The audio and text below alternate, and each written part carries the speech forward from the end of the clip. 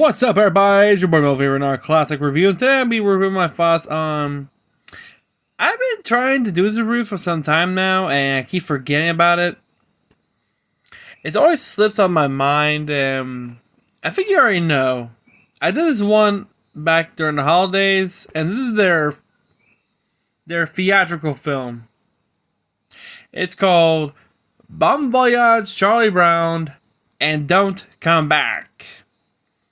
Premiered in theaters back on May 30th in 1980. It was 4 theatrical films of Charlie Brown, and this was their final theatrical film. After it was preceded by the 3rd film, Race for Your Life, Charlie Brown. Fun fact. I remember watching this on VHS. I had both this and the race one, which is when they go to summer camp. It had this little boat race, which is actually pretty funny. But Voyage Charlie Brown's kind of like it. It's quite interesting. I like the music theme and that. But before we begin, did you hit the bell? Did you subscribe? If so, you are a part now of a student exchange program. Choose any country in the world. I think most of you would choose Japan. I know you all. You want to go to the land of the rising sun after the World Baseball Classics? Oh boy. But yeah. Voyage Charlie Brown was the 4th theatrical film based on Charles M. Schulz Peanuts strip cartoons. A sequel to the movie followed 3 years later in form of the 1983 television special What Have We Learned, Charlie Brown, in which the game visits memorials place related to World War I and World War II. Which, you'll see the connection here. It also uses the same voice cast that worked on the television special If It's Your First Kiss, Charlie Brown from 1977, You're the Greatest, Charlie Brown from 1979, and She's a Good Skate, Charlie Brown, 1980. The film contains a rare occurrence where the adult appears on screen, including have their own face entirely visible, as well as the speaking comprehensible lines. Yeah. If you've seen the early Charlie Brown's series, it's quite rare because you don't see the adult. You hear that trombone. Wah, wah, wah, wah, wah, wah, wah, wah, wah, wah. And this is the first time you see an adult. Well, in France, literally. Well, there are only few because you only see them. But in the airport scene, even they say where Snoopy is actually playing tennis, you don't see nothing. I think the airplane you do. One, that Snoopy starts annoying, but he gets karma back snapped. But yeah, sorry I'm talking weird. I just burned my tongue after eating some hot food. Sorry. Back to all the same, it was released in home video by Paramount Home Entertainment from VHS and Laserdisc in the 1980 and 1995 in 4:3 format, followed by a DVD release presented in its original format release on October 6th of 2015, and then a Blu-ray release as a 4-part movie Snoopy collection on May 18th of 2021. Paramount Plus released this film on March 4th of 2021. It was eventually removed from the streaming service. I have no idea why. That's strange to me. The film received mostly positive reviews and grossed $2 million worldwide.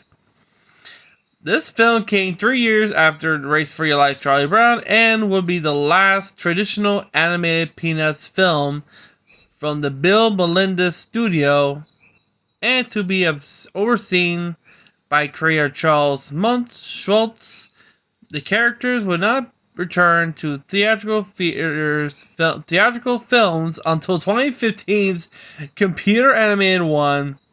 You know which one? By Illumination, I think. The Peanuts movie. So technically, Voyage Charlie Brown was the last hand-done animated film before the 2015 computer-generated one.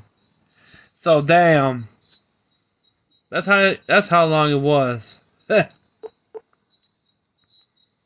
yeah, people ask me, wait, Mel, what's it about?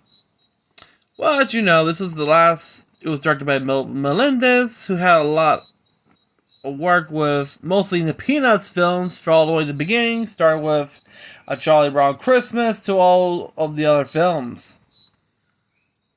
Also, he also worked along with the creator of the Peanuts, Charles Schulz. He also, because Schulz written the scripts for each of the shows, even the movies. It was produced by Melendez and Lee Mendelsohn, again, with the Peanuts. It's edited by Roger Donnelly, Chuck McCann, music by Ed Bogus and Judy Musin. And equipment companies feature Paramount Pictures, Bill Melendez Production, Lee Mendelsohn Films Production, and United Media Production. It was distributed by Paramount Pictures, release date by May 30th, 1980, with a running time of 76 minutes, and the box office hitting $2 million. And finding receptions? You only had one. Sorry. It only has one tagline. The film had mostly positive reception. Wow. While I was doing my research on the Christmas special, The Peanuts, there was a lot of more detail right there. I was expecting to be more detailed since it was their last hand-done animated film. And this was from 1980, so that's been a while. But yeah. So what's the plot? Well, as you know, we get the opening credit. We see this is somewhere in France where we meet a young girl looking at a bag with the names Brown, which hence Charlie Brown. Maybe somebody relates to Charlie Brown. But of course, it begins in France at a bar village where like Millie's playing. A man departs the bar, getting into his car as he drives home. It starts raining, passes. He arrives at the chateau, where a little girl, later revealed to be, well, I'm not going to mention her name, begins writing a letter in scene with a U.S. Army stencil bag named S. Brown, which we get the opening title, Bon Voyage Charlie Brown, and Don't Come Back. I like the title card. It looks pretty cool. Since it's going to be their last one, they had hit it good. Including the music beat up. So we come back with the Peanuts gang back in the U.S. when they're introducing two exchange students from France, Babette and Jacques. Jacques. Which of course they don't understand English, which they both speak in French. Of course, they also selected one of their own to go to France as well. And guess who they are? Linus himself, which everybody applauds, and Charlie Brown, which everybody boos. Which Charlie Brown didn't even knew. I kind of like it how every time when they hear Charlie Brown get selected to be representing his school, he's like, boo! Boo! Like, what the hell? What a bunch of assholes. Even his own little sister as well. But they're not the only ones because including Peppermint Patty and Marcy are going to France too. They've been selected as well. Oh boy. Of course, when Charlie goes home, he mentions Snoopy about it, which of course, Snoopy and Woodstock are going as well, tagging along. At the airport, all the gang's there, saying their goodbyes until Lucy Okay, so Lucy, who was not selected for the program, tells Charlie Brown not to come back. Hence the title. So yeah, it turns out I don't know who. I think Lucy was not wasn't selected, and somehow Charlie was. So I guess she was jealous that Charlie Brown selected to go to France and she not. Was it because her brother's going and she ain't?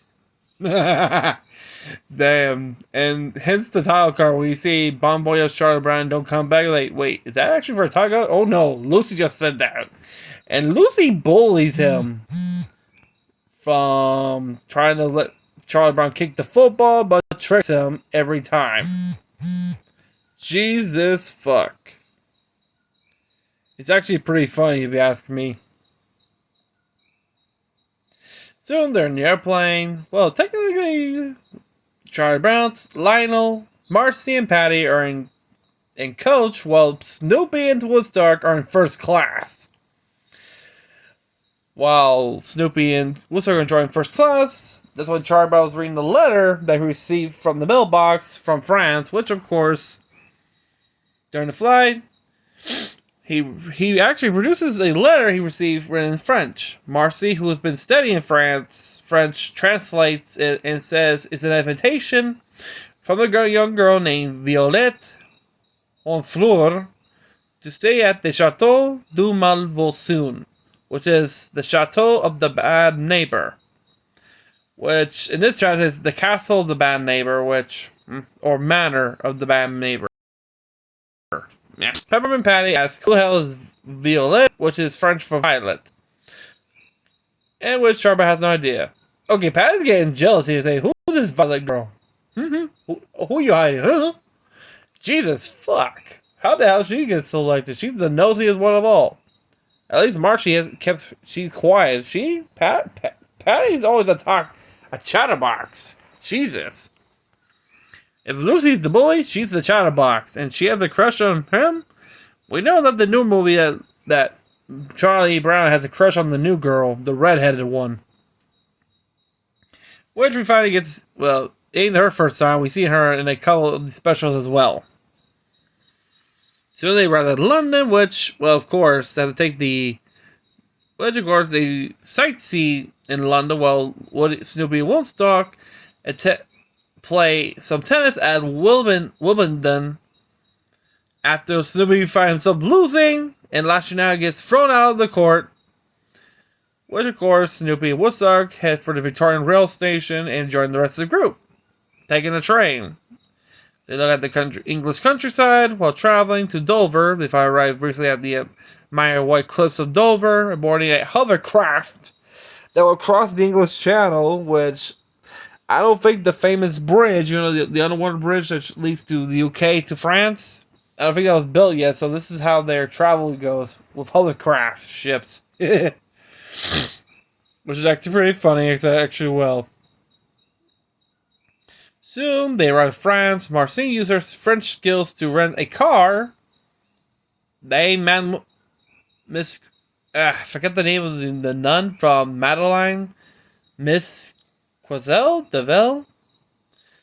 Her car from the movie. Yeah, that's what they're driving. And guess who's the only one who has a license? Snoopy. I don't know how Snoopy got a license. I have no idea. It's actually pretty funny.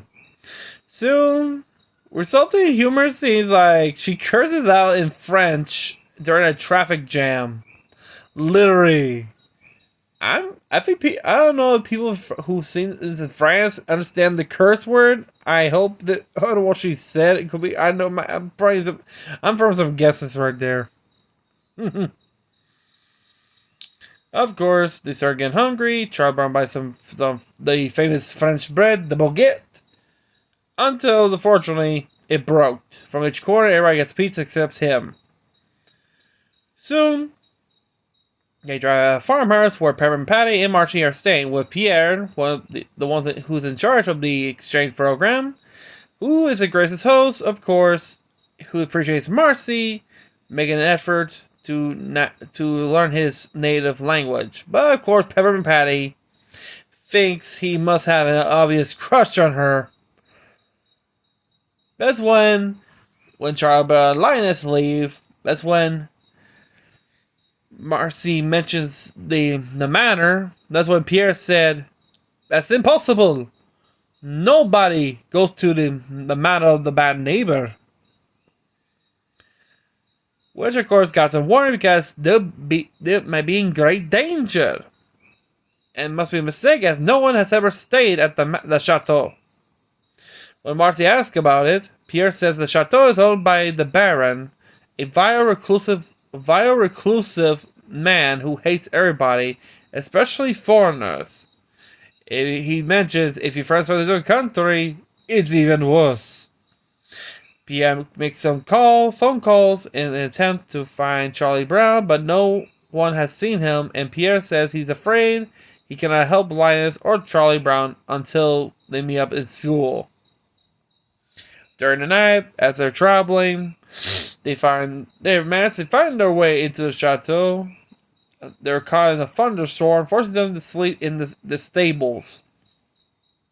Later at night, Snoopy in his World War I Flying Ace attire persona and Woodstock head down to the local pub for drinks and a few pints of root beer.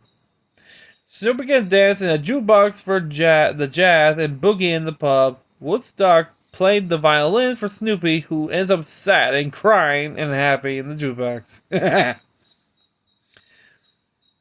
Next morning, while Charlie Brown and Linus are waking up, they find, mysteriously, a table full of breakfast has appeared, and warm blankets. And they're curious to know, who brought this? Was it a benefactor? Meanwhile, at Pierre's farm, Marcy, Peppermint, and Patty help Pierre chores, which, of course, they have no idea. While that, Peppermint Patty, oblivious to Pierre's attitude, tries to tell Marcy that he likes her.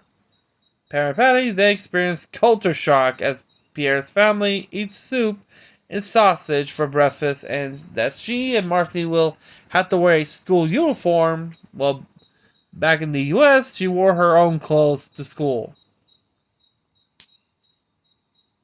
Well, no shit. In other countries, they have to wear school in uniforms. In the US, you wear your own clothes, except private schools. Even book bags, which that's quite weird for them. Of course, Marcy adopts the saying, when in Rome, do what the Romans do. And so we tell Peppermint Patty, when one is a guest in a foreign land, one must respect their ways. When the game meets up near school, Charlie Brown. That's when I think Peppermint Patty try to accuse Charlie Brown to make them feel embarrassed because what's his uniform, which of course Charlie explains, well, no one told the whole shit about anything because we arrived in the storm. No one greeted us. We sleep in the stable. We woke up now. We found a breakfast right there, a table and a hot meal, and nobody appeared. Which of course they mentioned the name Violette, which Pierre recognizes it. Which, of course, the name Violette, which Pierre says she is the niece of the Baron who owns the chateau. Since the Baron is antisocial to his guests, it is clear he must have been Violette who invited him to the chateau. In the reversal of the first scene, remember when they introduced Barbette and Jacques to their school in the States, they do the same thing. But the teacher at the French school introduces Marcy, Peppermint, Patty, Linus, and Charlie Brown to her class. The teacher is a nice woman who also said that while the 4 American kids are in the class, she will split the instructions between French and English to help teach her class some English words to accommodate the exchange students.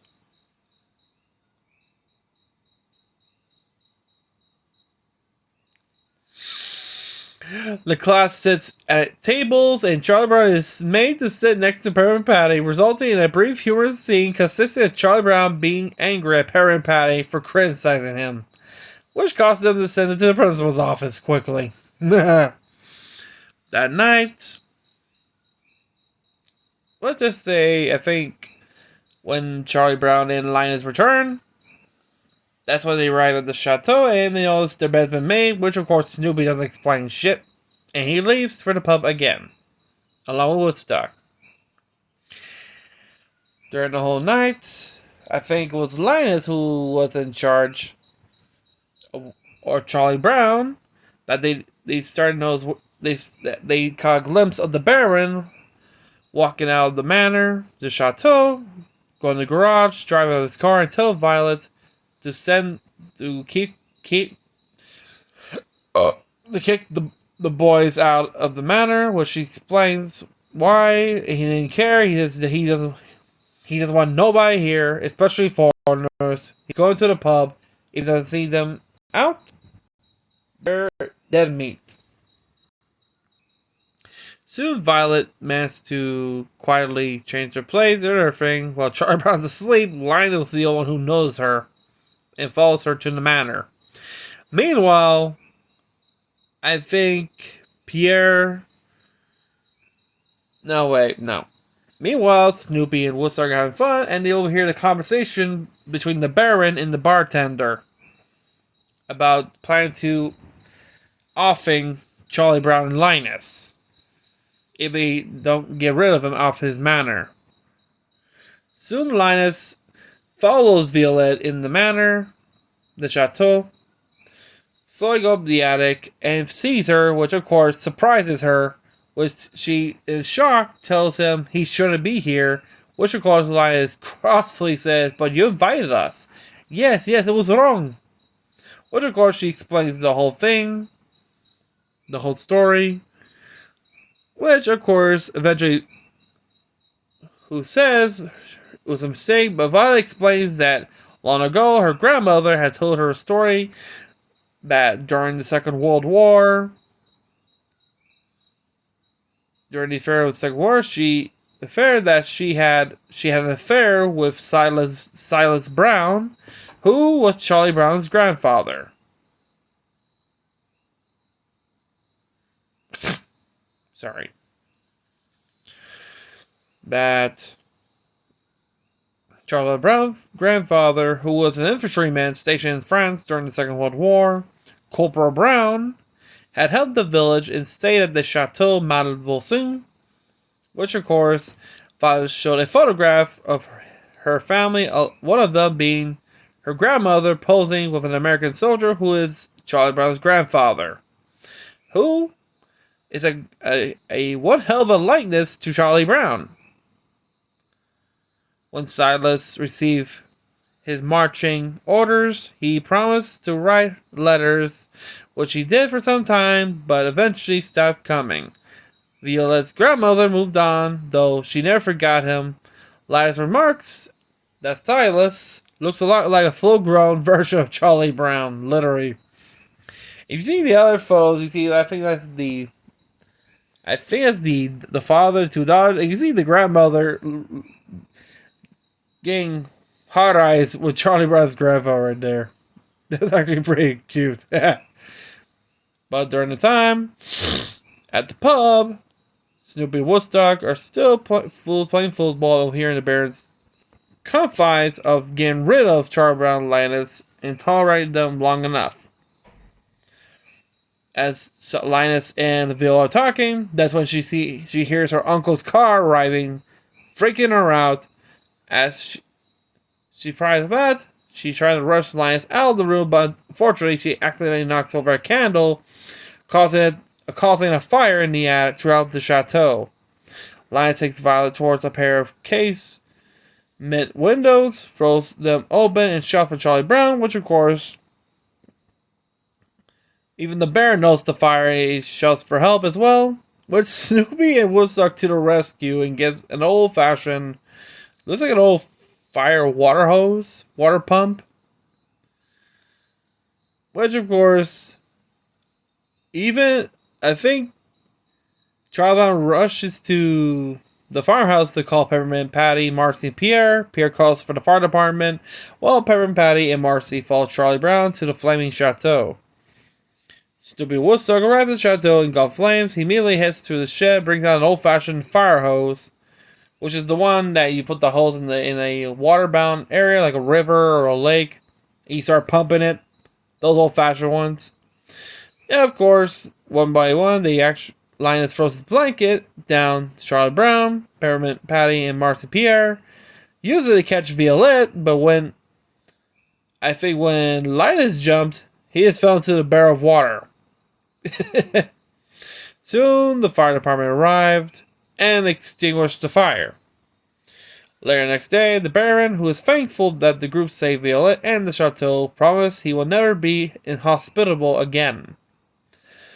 And now, hosts Linus Charlie Brown inside the chateau, like proper hosts, which of course Pierre mentioned this is the first time anybody who is actually sitting inside the chateau in years. Charlie Brown learns the whole truth behind his mysterious letter he received many years ago. A friend of Violet's family was touring in the United States and needed his hair cut at one point, and the barber was Charlie Brown's father. This news about the location of the Browns family inspired Violet to write a letter inviting Silas Brown's grandson, with, of course, to the chateau. As everybody prepared to leave the chateau back to the States, Violette gives Silas' satchel to Charlie Brown, which, of course, a kiss on the cheek as well, because why not? Hey, Charlie, if your granddad has hot sauce with French women, you got yourself one too. And there was a gag with, I think Pierre prefers more Marcy than Patty, and Patty just being a stuck-up bitch. So as they leave, they start another shenanigan with the damn car again, which of course gets into their beat-up rental car. The credits shows pictures of the film's crew as a collage of designs showing the flags of the United States, the United Kingdom, and France, the three nations in which the film is set in. But yeah, as for the voice cast, we have Aaron Skelly as Charlie Brown, and Annalisa Bortolin as Sally Brown, Daniel Anderson as Linus Von Pelt,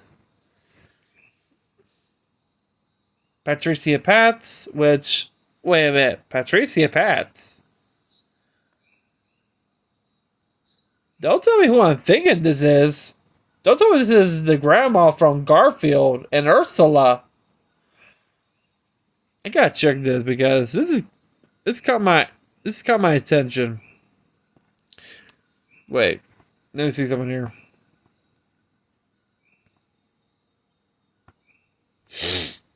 Let's see, Patricia Pratt. Nope, never mind. Scratch that. I confused with the other Pratt. Never mind. I get confusing that. Okay, she's still alive. Okay, 55. Wow. And let's see. Weird. She hasn't been acting in a while. Oh, she played the Unsinkable Molly Brown. Okay. Okay. But yeah, sorry, scratch that. I'm mistaking her for the actress Carol Pratt. From, you know who I'm talking about. Arbuckle's grandma. His motorcycle, rock and rolling grandma. And the voice of Ursula. No shit. And also the more fact. She's also the voice of the Wicked Aunt from Pound Puppies, which I did not know that. And our cartoon, I can't remember which, but damn. How stupid am I? But continuing. Oh yeah, past voice Peppermint Patty. Casey Carlson voices Marcy. Pascal de Barolet voices Pierre. Rosaline Rubens voices Violette, Patty, Sophie, and Frida. Laura Platting voices Lucy Van Pelt. Bill Melendez voicing Snoopy in Woodstock, which... How do you do that voice? Well, okay, I know Snoopy in Woodstock had the weirdest sounds ever. I didn't expect that was him. Debbie Mueller voices the flight attendant, and French teacher, well, we have Scotch Beach, was a waiter, baron, tennis announcer, English voice, American male. And Schroeder and Big Pigpen appeared to have one line.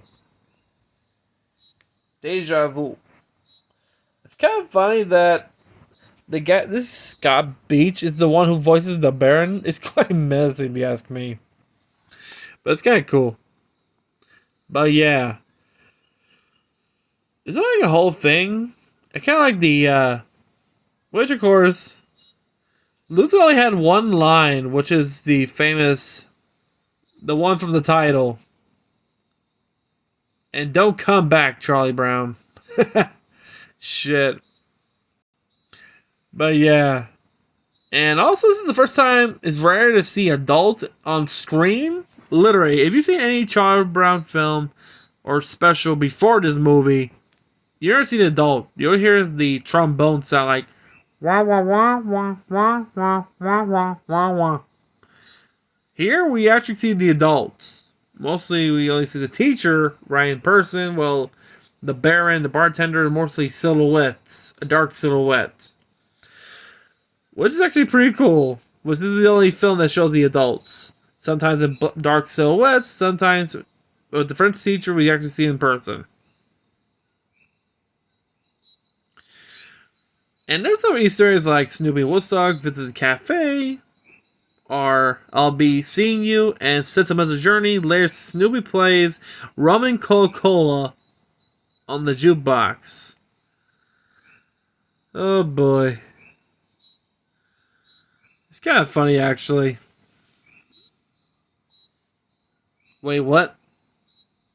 Okay, this is kind of dark. The school scene where Peppermint Patty is telling Charlie Brown what to do. Then snoring in school was taken from a story arc from the comic strip, which originally ran between January 13th and February the 13th of 1976, where Charlie Brown's school committed suicide and was merged with Peppermint Patty's while Charlie Brown's school was being rebuilt. Due to overcrowding, students were made to sit together at tables, and Charlie Brown was forced to put up with Peppermint Patty's bossiness. Oh my god. I did not notice that. That's actually pretty funny. But yeah, folks, and those are my thoughts on Bon Voyage Charlie Brown and Don't Come Back. So tell me what you think about this film. And this was the final film that was hand-drawn animated before the I think it was the 2015. Was it 2015? Or 2016? Let me see. No, it's 2015. Computer animated by, I think it was done by Illumination. They did the film. Yeah, I think it was Illumination that did the film. Let me check. I know it was done by... Let me see.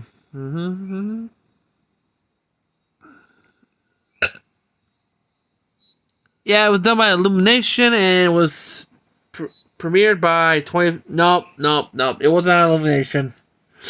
It was the late, great studio, Blue Sky Studios.